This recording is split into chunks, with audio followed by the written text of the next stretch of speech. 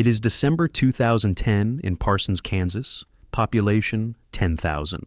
In a small building on Main Street, a photo lab called Dwayne's Photo Service has been processing film since 1956. For most of its history, it was one of thousands of such labs scattered across America. But on this December day, it is the last, the only lab on Earth still processing Kodachrome. A package arrives containing 36 frames of film. The man who shot it is Steve McCurry, one of the most celebrated photographers alive. His work has graced the cover of National Geographic more times than he can count. His most famous image, the Afghan girl, with her haunting green eyes staring out from a refugee camp in Pakistan, became one of the most recognized photographs in history. He shot it on Kodachrome. Now McCurry has been given the honor and the burden of shooting the last roll ever made. Kodak discontinued Kodachrome in 2009 after 74 years of production. They donated the final rolls to the George Eastman Museum, and the museum gave one to McCurry. He has traveled the world with these 36 frames, looking for images worthy of ending an era, a tribe in India, a steam train in New Jersey, Robert De Niro in New York. Each click of the shutter is a small goodbye to a technology that shaped how humanity remembers itself. When the technicians at Dwayne's Photo finish processing his roll, they will shut down the machines forever. The chemistry required to develop Kodachrome is too complex, too expensive, too specialized to maintain for a handful of nostalgists. The processing equipment will go to a museum. The era will be officially, irrevocably over. But here is what makes this moment so strange, so bitter, so worth examining. The company that made Kodachrome also invented the technology that killed it. 35 years before Steve McCurry loaded his final roll, a young engineer in a Kodak laboratory built the world's first digital camera. He showed it to his bosses. He explained what it meant. He told them exactly when it would become viable for consumers. They looked at the future of photography, and they asked him why anyone would ever want such a thing.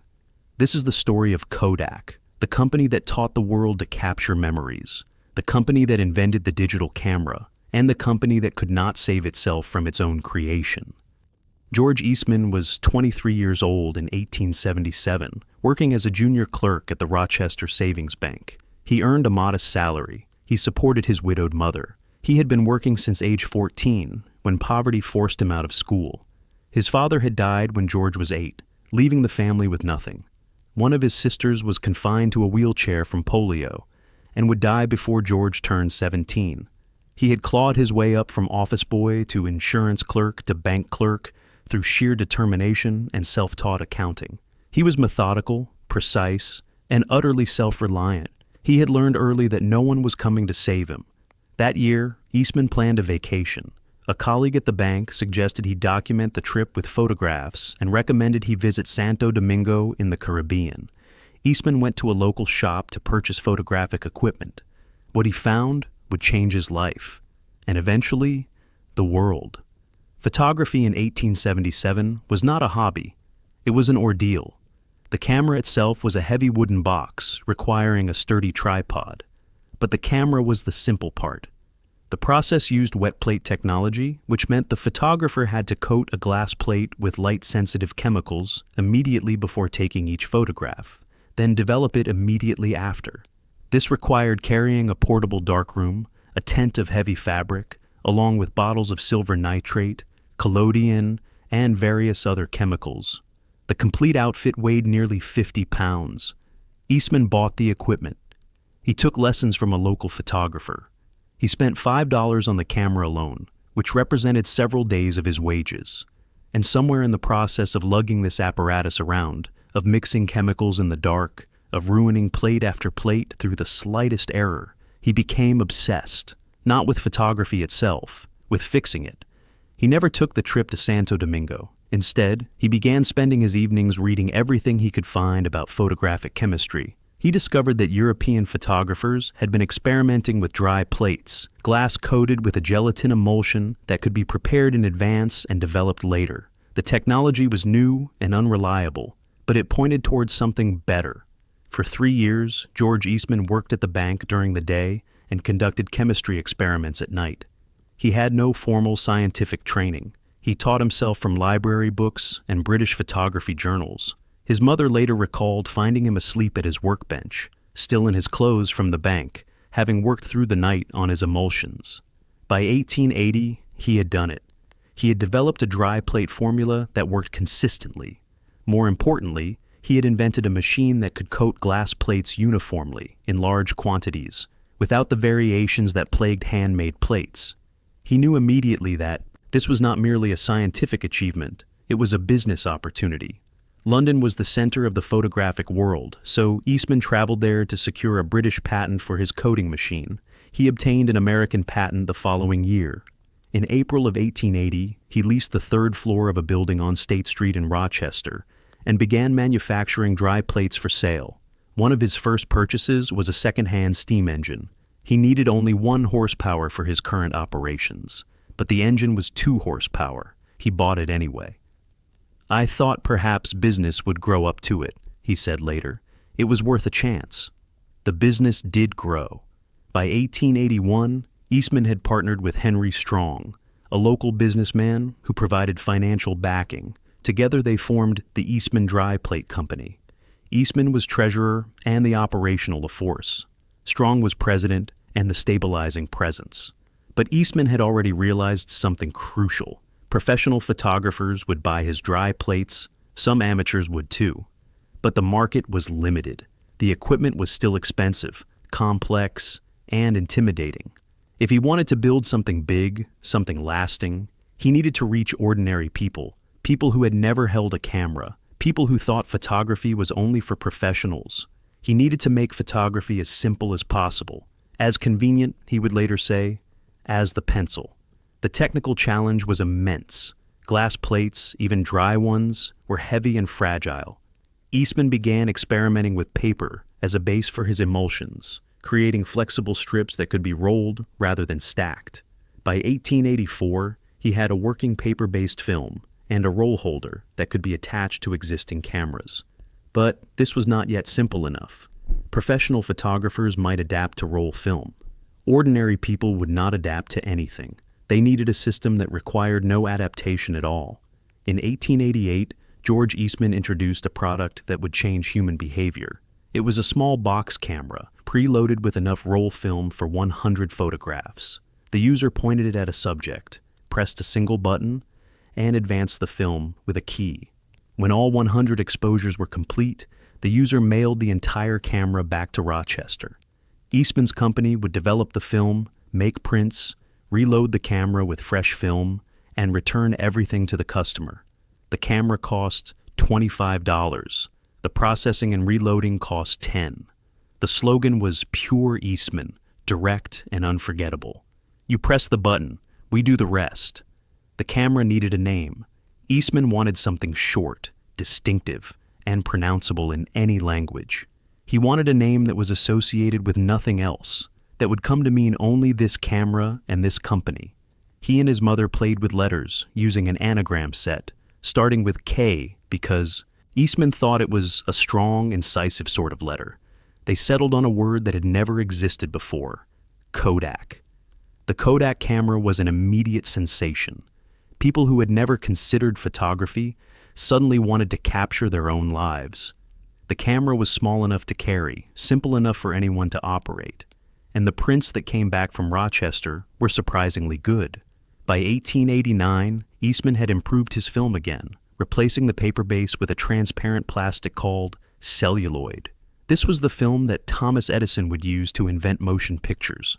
In 1892, Eastman reorganized his company as the Eastman Kodak Company. He was 38 years old. He had built a factory, established distribution networks across America and Europe, and created a market that had not existed 10 years earlier. But he was just getting started. By February 1900, Kodak dealers across America received shipments of a new camera.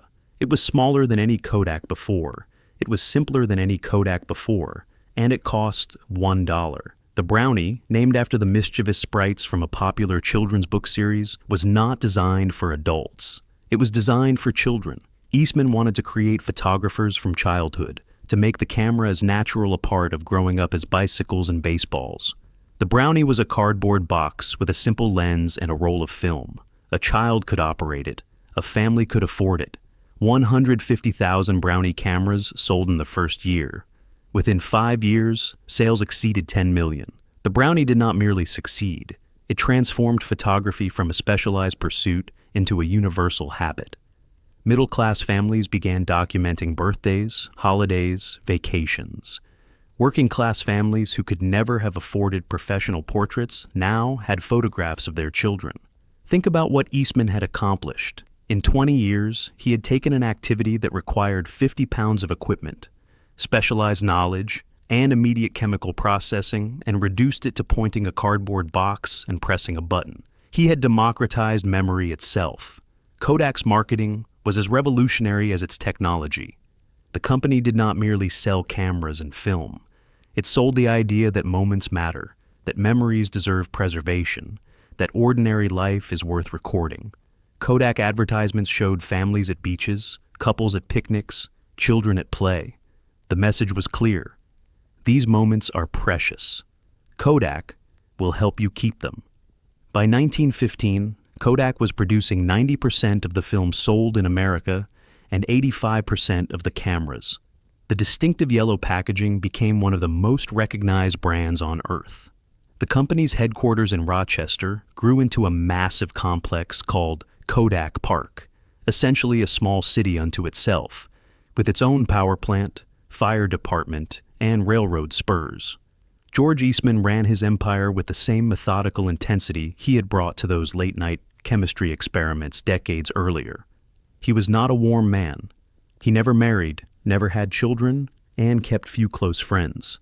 But he was generous in ways that mattered. He implemented profit sharing for employees long before it was common in American industry. He provided health benefits, housing assistance, and retirement programs. Kodak workers did not merely have jobs. They had careers, security, and loyalty that passed from generation to generation. Rochester became a company town in the truest sense. Kodak's success funded hospitals, universities, concert halls, and parks.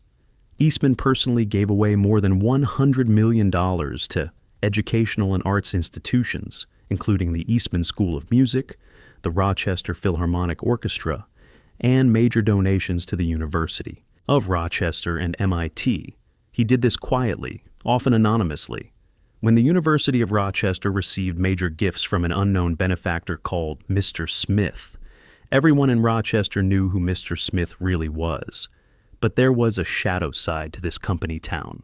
Kodak under Eastman hired almost exclusively from Anglo-Saxon Protestant backgrounds. Catholic immigrants, Jewish workers, and African Americans were systematically excluded. A 1939 investigation found that Kodak employed a single black worker among its entire Rochester workforce.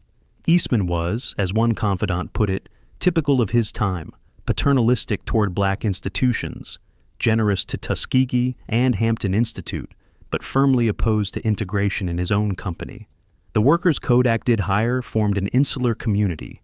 Children followed their parents into the company. Unions were viewed as unnecessary intrusions into the Kodak family. This culture of belonging, of lifetime employment, of trust in the company to provide, would serve Kodak well for decades. It would also make the company catastrophically resistant to change. The technology continued to advance.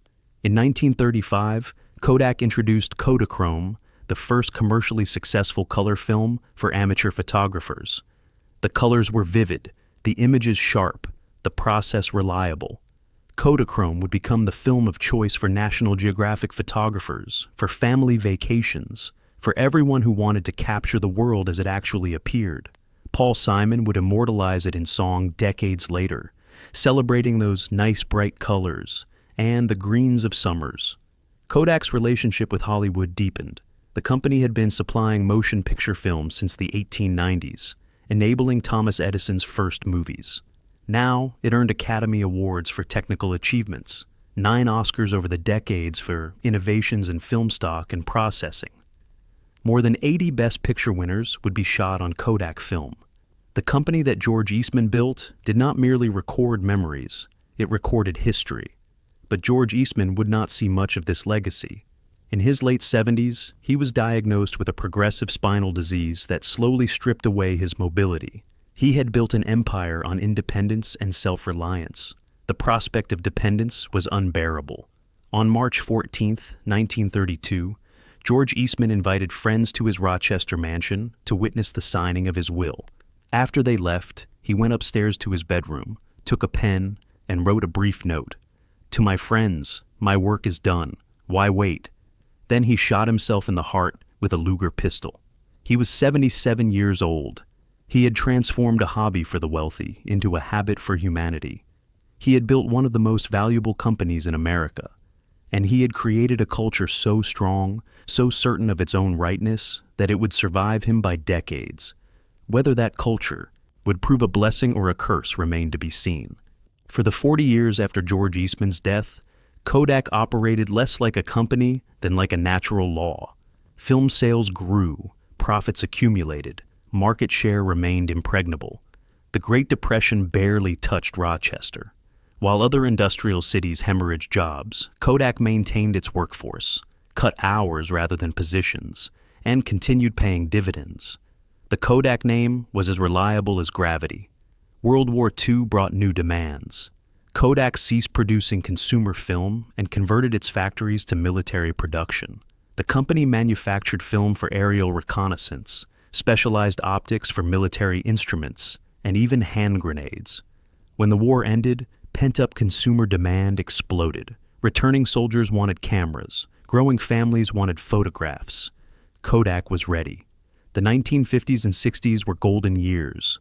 Television spread across America, and Kodak supplied the film stock for countless broadcasts.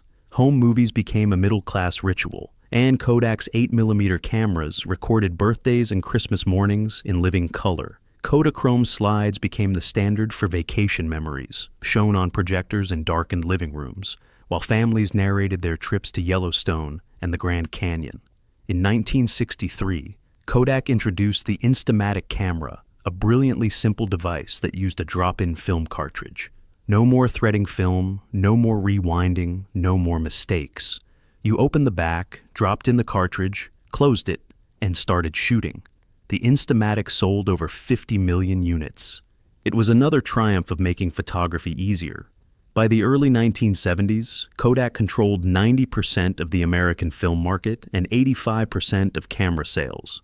The company employed over 120,000 people worldwide, with more than 60,000 in Rochester alone.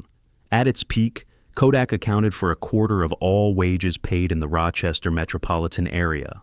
Half the local economy depended directly or indirectly on the yellow box. Inside the company, a distinctive culture had solidified. Kodak was not merely an employer, it was an identity. People spoke of working at Kodak, the way others spoke of military service, a defining commitment that shaped entire lives. Generations of families built their existence around Kodak paychecks, Kodak benefits, Kodak retirement plans. The company took care of its people, and its people gave their careers in return. This culture produced genuine loyalty and genuine excellence.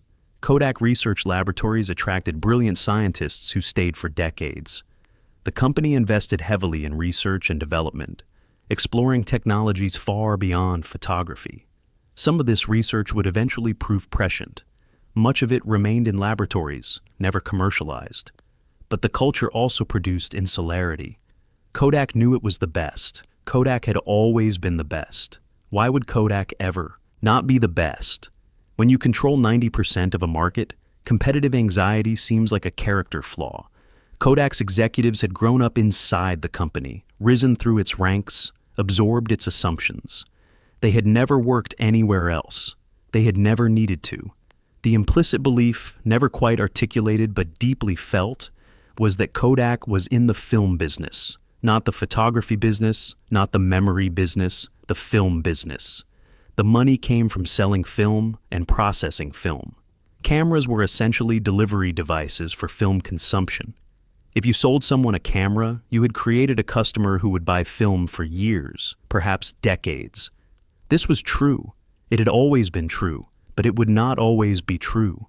In June of 1973, a young man named Stephen Sasson arrived at Kodak Research Laboratories in Rochester. He was 23 years old, freshly graduated with a master's degree in electrical engineering from Rensselaer Polytechnic Institute. He had applied to Kodak on a whim, not expecting to be hired. Kodak typically recruited chemical engineers and mechanical engineers, the disciplines relevant to film production.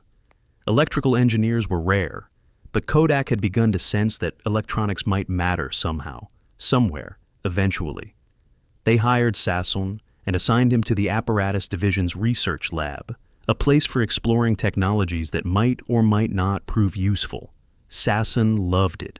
The most amazing thing about being at Kodak, he would recall years later, was that they paid me to do what I loved.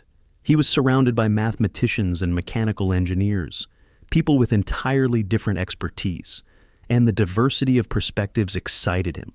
He tinkered, he explored, he looked for interesting problems. In 1974, his supervisor gave him one, a new electronic component called a charge-coupled device, or CCD, had recently been developed. The CCD could convert light into electronic signals. Sasson's supervisor wanted him to evaluate whether there might be any practical use for such a thing.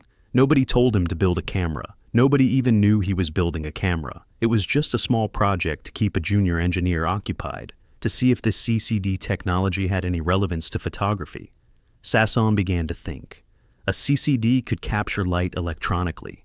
If you captured light electronically, you could store the image as data. If you stored the image as data, you did not need film. If you did not need film, you could take photographs without any consumables at all. No film, no processing, no chemistry, no Kodak. He did not think about that last part. He was an engineer with an interesting problem. The implications were not his department. This was 1975. The Vietnam War had just ended. Microsoft had been founded that year. Apple would be founded the next. The personal computer did not yet exist. The internet was a military research project. The idea that ordinary people would ever want to view photographs on electronic screens was, to put it mildly, not obvious. But Steve Sasson was not trying to predict the future. He was trying to build a camera. Sasson scrounged for parts. The CCD sensor came from Fairchild Semiconductor, a tiny imaging chip with a resolution of 100 by 100 pixels, 10,000 pixels total. The lens came from a Super 8 movie camera he found in a Kodak junk bin.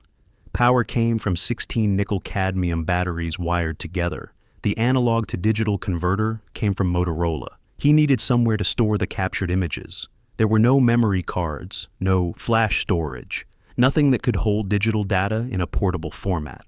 Sasson improvised. He used a portable digital cassette recorder, the kind used for instrumentation data, connected to the camera body by cables. For months he worked alone, wiring circuit boards, solving problems no one had solved before. There was no blueprint for building a digital camera because no one had ever built one.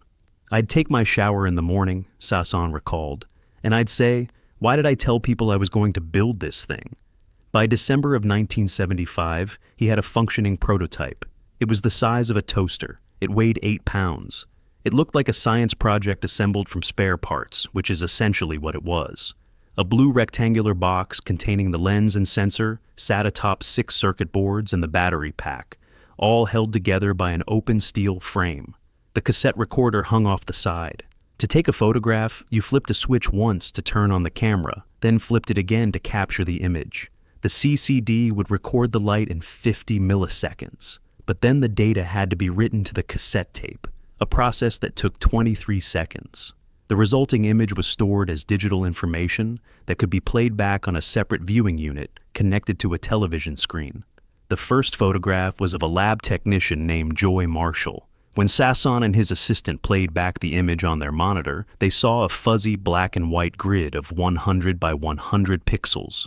Marshall's face was barely recognizable. The camera could capture extremes of light and dark, but rendered everything in between as static. Sasson fixed the problems. He refined the circuits. The images improved. They were still crude by any standard, but they were photographs taken without film, stored as data, and viewable on a screen. No chemistry, no processing, no consumables.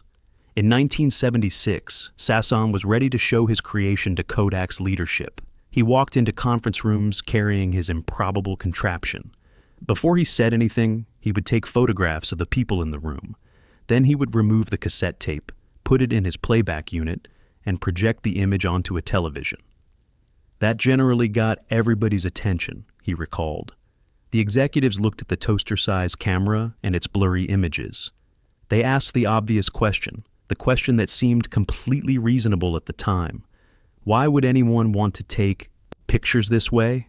There was nothing wrong with conventional photography. Film worked beautifully. Processing was convenient. Prints were tangible objects you could hold, display, share, and store. This thing produced fuzzy images on a television screen. It took 23 seconds to record each shot. It weighed 8 pounds. It had a resolution of 10,000 pixels compared to the millions of light-sensitive grains on a piece of film. Who would want this? Why would they want it? What problem did it solve? Sasson had anticipated the question. He had done the math. He calculated that digital imaging technology would need to match the quality of a 110 film format, the cheapest consumer format available, to become viable for ordinary consumers. Based on the rate of improvement in semiconductor technology, he estimated this would take 15 to 20 years. He told the executives, by 1990 to 1995, this technology will be ready for consumers. Think about that for a moment. In 1976, a 25-year-old engineer looked at a prototype that weighed 8 pounds, took 23 seconds per image, and produced barely recognizable pictures. And he correctly predicted that within 2 decades, this technology would be ready to replace film. The executives heard him, they understood the implications, and they decided not to develop the technology for consumers. This decision has been criticized endlessly in the decades since, often unfairly. The executives were not stupid, they were not blind. They made a calculation that was entirely rational, given their situation. Kodak was a film company. Film was enormously profitable. The profit margins on film and processing dwarfed anything available in hardware. Why would Kodak spend years and billions of dollars developing a technology that would destroy its most profitable business? If digital photography was coming regardless, Kodak's executives reasoned, the company could develop it later, when the technology was more mature and the market was real. There was no rush. Kodak had the patents. Kodak had the expertise. Kodak had the brand recognition. When digital became viable, Kodak would be there. Besides, Kodak's marketing department had researched consumer preferences.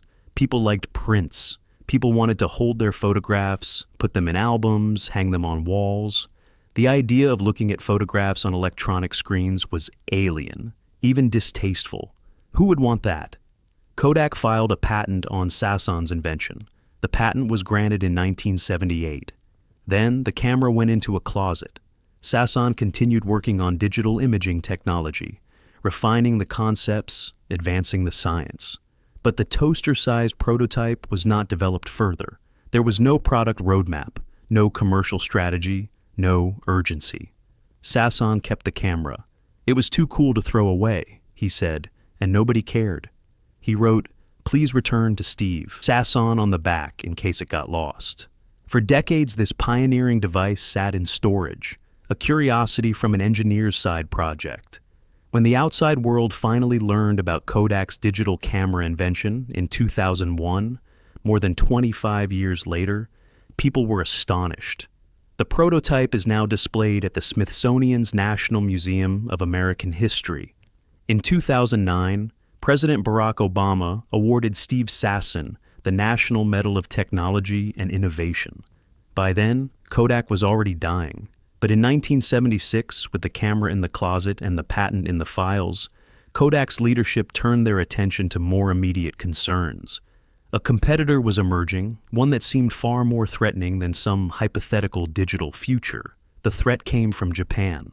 Fujifilm had been founded in Japan in 1934, half a century after Eastman created Kodak. For most of its history, it was a regional player, dominant in its home market, but barely visible elsewhere. America was Kodak territory. Everyone knew that. In 1965, Fuji established an American subsidiary. At first, it operated quietly, supplying retailers at prices lower than Kodak's without making much noise. Kodak's executives noted the existence of this competitor, but felt no particular concern. Internal analysts tracked Fuji's sales numbers, which showed impressive growth rates, but the base was so small that the percentages seemed meaningless. What did it matter if Fuji grew 20% when Kodak controlled 90% of the market? They didn't believe the American public would buy another film, one observer noted. The Kodak brand was too strong, too trusted, too synonymous with photography itself. Competitors had tried before. They had all failed. Then came 1984. Peter Ueberroth, the organizer of the Los Angeles Olympic Games, was restructuring how the Olympics handled corporate sponsorship. Previous games had signed hundreds of sponsors, diluting the value for everyone. Peter wanted a small number of exclusive sponsors paying premium prices for genuine visibility.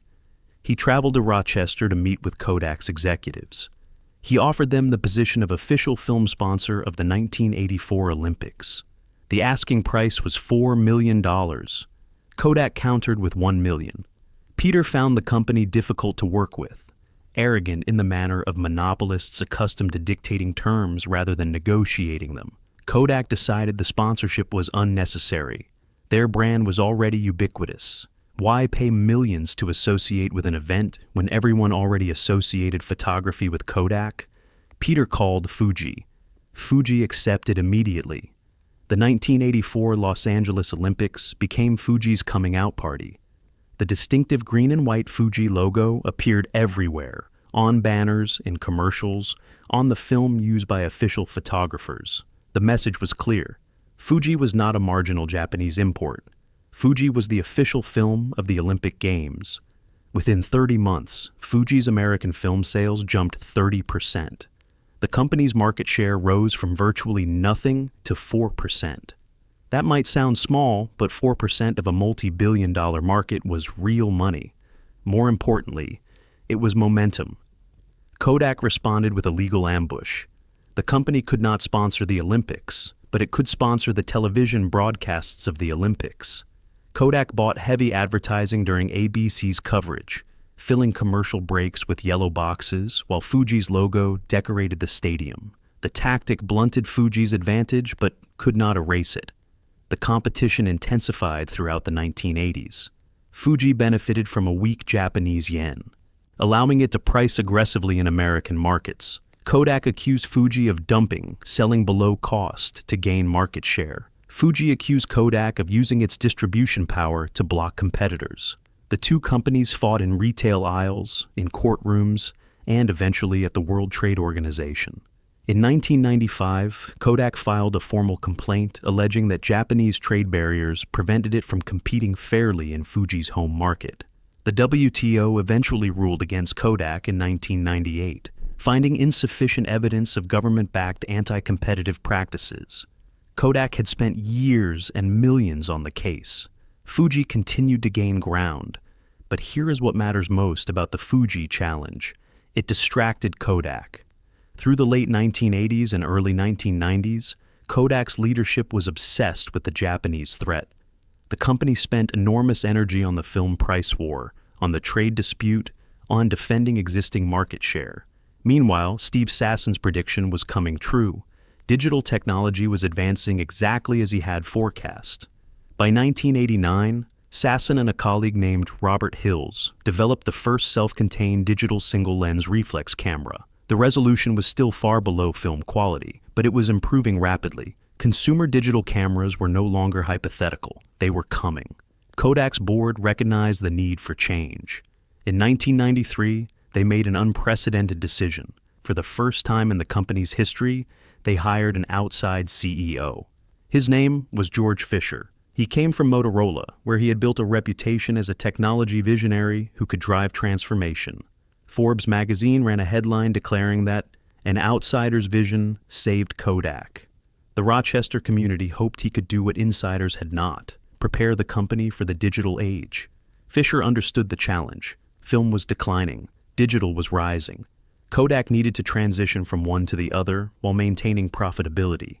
It was like changing the engine on an airplane while the plane was flying. He divested businesses unrelated to imaging. He invested in digital products. He pushed Kodak into digital cameras, photo printers, and online services. Under his leadership, Kodak developed genuine digital capabilities. By the late 1990s, Kodak digital cameras were competitive products with significant market share. But Fisher faced a problem that no management skill could solve. Film was profitable. Digital was not. The margins on film and processing were extraordinary, built up over decades of manufacturing optimization and brand power.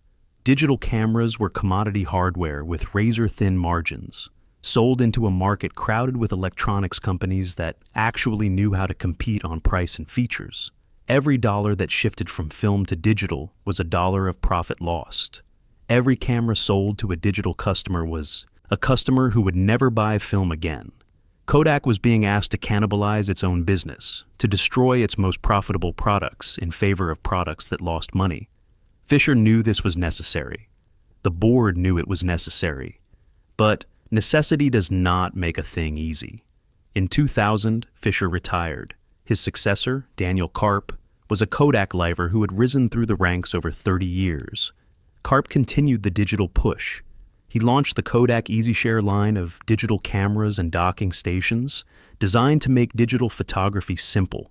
He acquired Ophoto, an online photo service that let consumers store and share images on the internet. By 2005, Kodak had achieved something remarkable. The company's digital cameras were the best-selling brand in America, surpassing Sony and Canon. Kodak had successfully transitioned from film to digital in terms of market presence. The problem was that digital did not make money. In 2005, Antonio Perez arrived as CEO. He came from Hewlett-Packard, where he had run the inkjet printer business. He brought a strategy. Kodak would become a printing company. Just as HP made money selling ink rather than printers, Kodak would make money selling photo paper and ink for home printing. The strategy made sense on paper. People would always want prints. Digital cameras did not eliminate the desire for tangible photographs. Kodak could sell printers cheaply and profit from the consumables. It was the razor and blades model, the same model that had made Kodak's film business so profitable.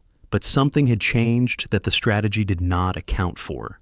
People were not printing their digital photos. They were storing them on computers, sharing them by email, posting them on websites like Flickr and Facebook. The entire assumption that consumers wanted physical prints was crumbling. Photography was becoming something you did on screens, not something you held in your hands. And then, in January of 2007, Steve Jobs walked onto a stage in San Francisco and introduced the iPhone. The iPhone was not marketed as a camera. It was marketed as a phone that was also an iPod that was also an internet device. But it had a camera built in. And over the following years, as smartphones spread across the world, that camera changed everything. Suddenly, everyone had a camera in their pocket, all the time, everywhere. You did not need to remember to bring a camera to the party because your phone was always with you. You did not need to wait for prints because you could see the photo instantly, right there on the screen. You did not need to mail prints to relatives because you could text the image, email it, post it to the web. Photography exploded. More photographs were taken in 2011 than in all previous years of photography combined. Billions of images captured, shared, forgotten. The democratization that George Eastman began had reached its logical extreme. Photography was now free, instant, and universal. None of this involved Kodak. The company that taught the world to take pictures had been cut out of the process entirely. There was no film to sell, no processing to provide, no prints to make. Apple and Samsung and Google had taken over. The camera was now a feature of a phone, and Kodak did not make phones. Back in Rochester, Kodak was hemorrhaging. The company had been laying off workers for years, but the pace accelerated.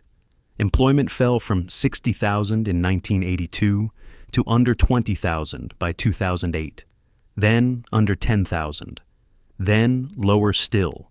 Whole buildings at Kodak Park went dark.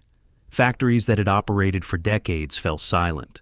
The railroad spurs that once brought raw materials to the manufacturing complex sat rusted and unused. Rochester's economy, built on the foundation of the yellow box, was crumbling. What makes this collapse particularly bitter is that it was not inevitable. At the exact moment Kodak was dying, its old rival Fujifilm was thriving. Fujifilm had faced the same crisis. In 2000, film sales represented 60% of Fuji's revenue and two-thirds of its profit, almost exactly the same as Kodak. When digital devastated the film market, Fuji lost the same percentage of its core business. The companies were twins in their vulnerability, but their responses could not have been more different. In 2003, Shigetaka Komori became CEO of Fujifilm. He immediately recognized that digital photography was not an opportunity. It was, in his words, a crappy business with commoditized hardware and no sustainable margins. Trying to become a digital camera company was a dead end. Instead of chasing digital cameras, Komori ordered his research team to audit every technology Fujifilm possessed.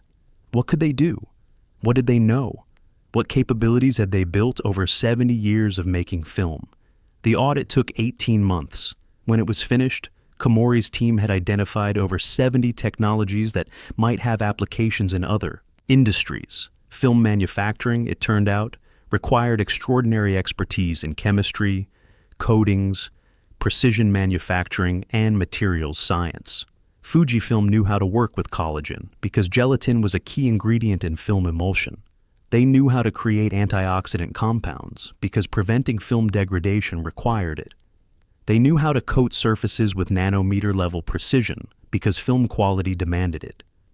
Komori looked at this inventory and saw a future that had nothing to do with photography. Fujifilm moved into medical imaging, building on decades of experience with X-ray films. They moved into pharmaceutical manufacturing, leveraging their chemical expertise. They moved into LCD protective films, where their precision coating capabilities gave them a dominant market position. And, in a move that seemed bizarre until you understood the logic, they moved into cosmetics. That collagen expertise, developed for film emulsion, turned out to be valuable for skincare. In 2007, Fujifilm launched Astalift, a line of anti-aging cosmetics. A technology company was now selling face cream. The transformation was wrenching. Fujifilm cut 5,000 jobs. They closed factories. They restructured completely. But they emerged as a diversified technology company with revenue streams in healthcare, materials science, imaging, and consumer products. Today, photography represents less than 15% of Fujifilm's business. The Economist magazine observes something that captures the irony perfectly.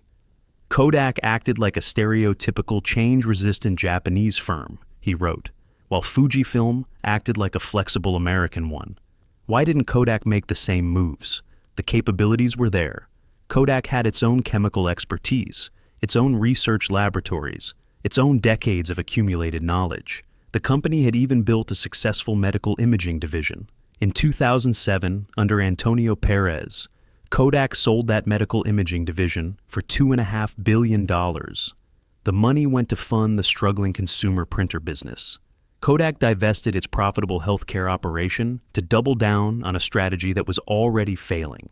In contrast, Fujifilm acquired a pharmaceutical company and invested billions in healthcare. One company diversified away from photography, the other clung to it. Kodak also owned something that might have been valuable. Photo, the photo-sharing website acquired in 2001. In a different timeline, Kodak might have transformed a photo into a social platform, the place where people shared their photographic lives. Instagram, which would sell to Facebook for $1 billion in 2012, did essentially this. Photo could have been Instagram. Instead, Kodak used Photo primarily to sell prints. The website was a funnel to the printing business, not a destination in itself. When Kodak entered bankruptcy, Photo was sold to Shutterfly for less than $25 million.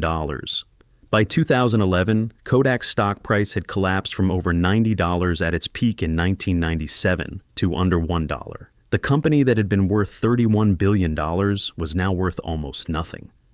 The digital camera division lost hundreds of millions annually. The printer strategy was not working. The only thing keeping the company alive was licensing revenue from its massive patent portfolio. Kodak began trying to sell its patents. The portfolio included over 1,000 patents related to digital imaging, many of them foundational to the technology that had destroyed Kodak's core business. Steve Sasson's original digital camera patent had long since expired, but the company's ongoing research had generated valuable intellectual property. Analysts estimated the patents could be worth $2 to $3 billion. This was Kodak's last hope. The company that invented digital photography would cash out its innovations and use the money to restructure. But the buyers did not materialize. The bids came in far lower than expected. Kodak's leverage was gone. Everyone knew the company was desperate. On January 19, 2012, shortly after 1 a.m, Eastman Kodak Company filed for Chapter 11 bankruptcy protection in the United States Bankruptcy Court for the Southern District of New York. The bankruptcy was not a surprise. Rumors had swirled for months. Analysts had speculated. Executives had denied. But everyone in Rochester knew it was coming. The only question was when. Kodak had been dying for years. The bankruptcy was simply the death certificate. In his video message announcing the filing, CEO Antonio Perez struck a tone of determined optimism. "What everyone should expect from Kodak is business as usual," he said. Critics immediately noted the problem with that statement. Business as usual was exactly what had brought Kodak to bankruptcy. The restructuring took nearly 2 years. Kodak sold its digital imaging patents to a consortium of technology companies for $527 million, a fraction of the projected value. The company sold its document imaging business. It transferred its consumer film and processing operations to a new entity called Kodak Alaris, based in the United Kingdom and controlled by Kodak's British pension fund as part of a settlement. In September of 2013, Kodak emerged from bankruptcy as a much smaller company focused on commercial printing and packaging. The consumer photography business that George Eastman had built was gone. The company that had put a camera in every home no longer sold cameras to homes. Rochester bore the scars. At Kodak's peak in 1982, the company employed 60,400 people locally. By 2016, that number had fallen to around 1,600. 60,000 jobs reduced to 1,600. An entire generation of workers displaced. The economic impact extended far beyond Kodak's payroll. The suppliers who had served Kodak lost their biggest customer. The restaurants and shops that had served Kodak workers lost their clientele. The tax base that had funded Rochester's schools and services shrank dramatically. Between 2007 and 2018, the economic losses from Kodak's decline canceled out all growth in every other sector of Rochester's economy combined. The human cost was harder to quantify, but impossible to ignore. Rochester's poverty rate, already elevated, climbed higher. Many laid-off Kodak workers, some with decades of experience and specialized skills, found themselves competing for jobs that paid half their former salaries. The middle-class security that Kodak had provided for generations evaporated. There is a particular cruelty in what happened to Rochester. George Eastman had built the city as consciously as he built his company. His philanthropy had funded its cultural institutions, its hospitals, its universities. Kodak's prosperity had created a community with excellent schools, safe neighborhoods, and a quality of life that attracted talented people for generations. All of that was built on a foundation that turned out to be temporary. When the foundation crumbled, the city built upon it suffered. Perhaps the most poignant symbol of Kodak's fall came in Hollywood. In 2001, the company had paid $75 million for naming rights to the new theater that would host the Academy Awards. The Kodak Theater became the home of the Oscars, a fitting honor for a company that had won 9 Academy Awards for technical achievements and supplied the film stock for most of cinema history. When Kodak filed for bankruptcy, the naming rights deal ended. The theater was briefly known by the generic name of its surrounding complex. Then Dolby Laboratories signed a new naming rights deal. The Kodak Theater became the Dolby Theater. The Oscars continued. The film industry continued. But the name on the building where Hollywood celebrated itself was no longer the name of the company that had made Hollywood possible. In a final irony, Kodak still supplies motion picture film to major Hollywood productions. Many directors prefer film to digital for its distinctive look, its archival stability, its connection to cinema history. Films shot on Kodak stock continue to win Academy Awards. The company that George Eastman built remains, in this narrow sense, essential to the art form it enabled. But that business is a small fraction of what Kodak once was. The yellow giant has become a specialty supplier, a niche player, a shadow. The numbers tell the story with brutal clarity. In 1996, Kodak's revenue reached nearly $16 billion. Its stock price exceeded $90 per share. Its market capitalization surpassed $31 billion. The Kodak brand was the fifth most valuable in the world.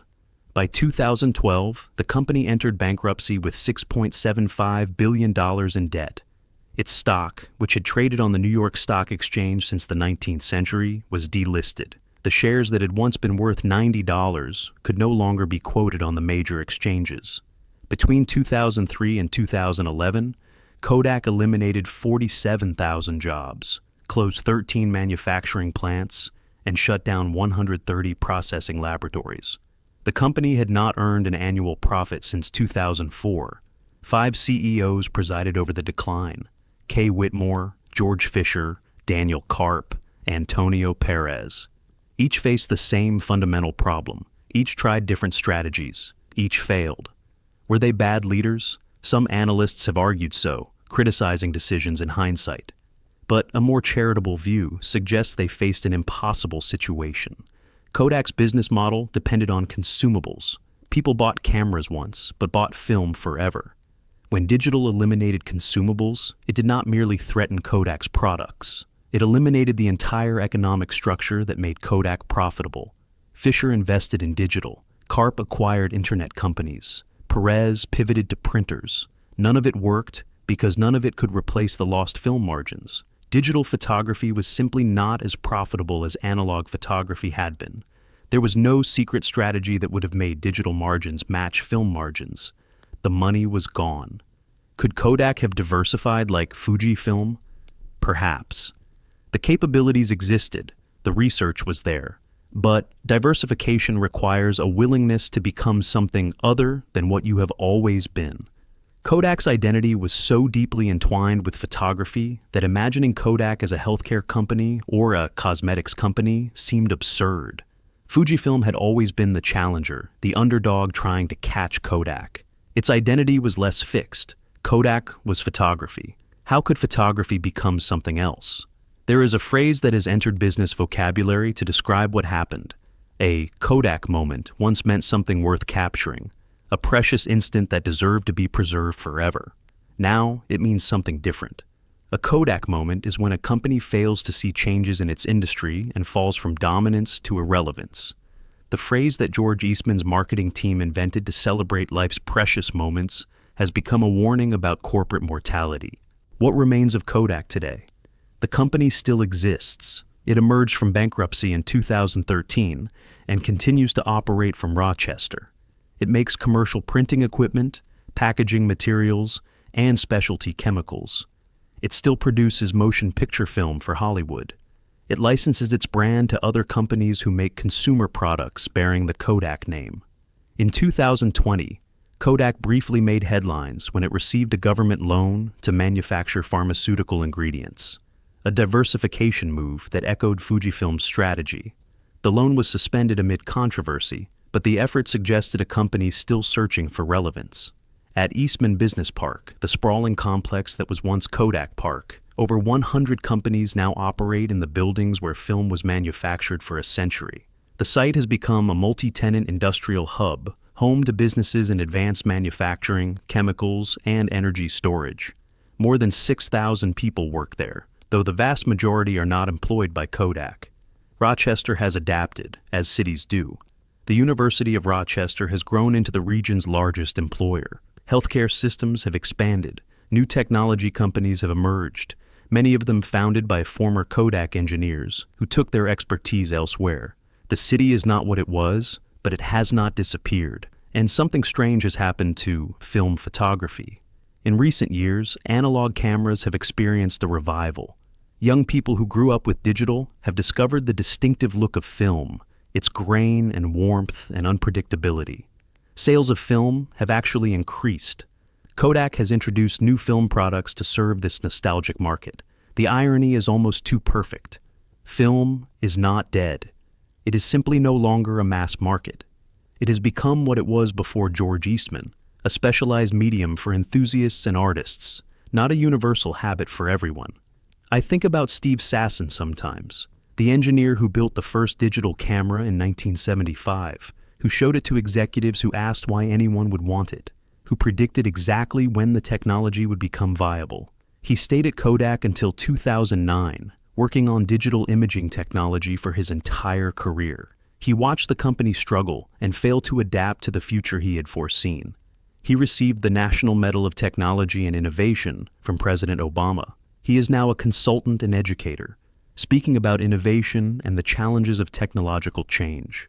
When asked about Kodak's failure, Sasson is remarkably generous. He does not blame the executives who dismissed his invention. He understands the pressures they faced, the logic of their decisions, the difficulty of destroying your own profitable business in favor of an uncertain alternative. Things happen in industries and technologies, he has said, and the life cycle of certain technologies may last longer or not as long as you might think. That is true, but it does not quite capture the tragedy. The tragedy of Kodak is not that digital photography was invented elsewhere and Kodak failed to notice. The tragedy is that Kodak invented digital photography itself. The company had the technology, the patents, the expertise, and a 2-decade head start on the competition. Kodak knew what was coming. Kodak's own engineer told them exactly when it would arrive, and Kodak still could not save itself. This is not a story about technological blindness. It is a story about institutional blindness, about how success creates assumptions that become invisible, about how profitability creates dependencies that become inescapable, about how identity creates limits that become fatal. George Eastman built a company on a simple promise. You press the button. We do the rest. For over a century, that promise made Kodak essential to how humanity recorded its memories. Then the world stopped pressing Kodak's button, and there was nothing left for Kodak to do. In Parsons, Kansas, the machines at Duane's Photo have been silent since December 2010. The last roll of Kodachrome is developed. The chemicals are gone. The era is over. But somewhere in the Smithsonian, Steve Sasson's toaster-sized camera sits in a display case. 8 pounds of circuit boards and batteries and borrowed parts, assembled by a young engineer who was just trying to solve an interesting problem. It is a monument to innovation, and a warning about what happens when you invent the future but refuse to live in it.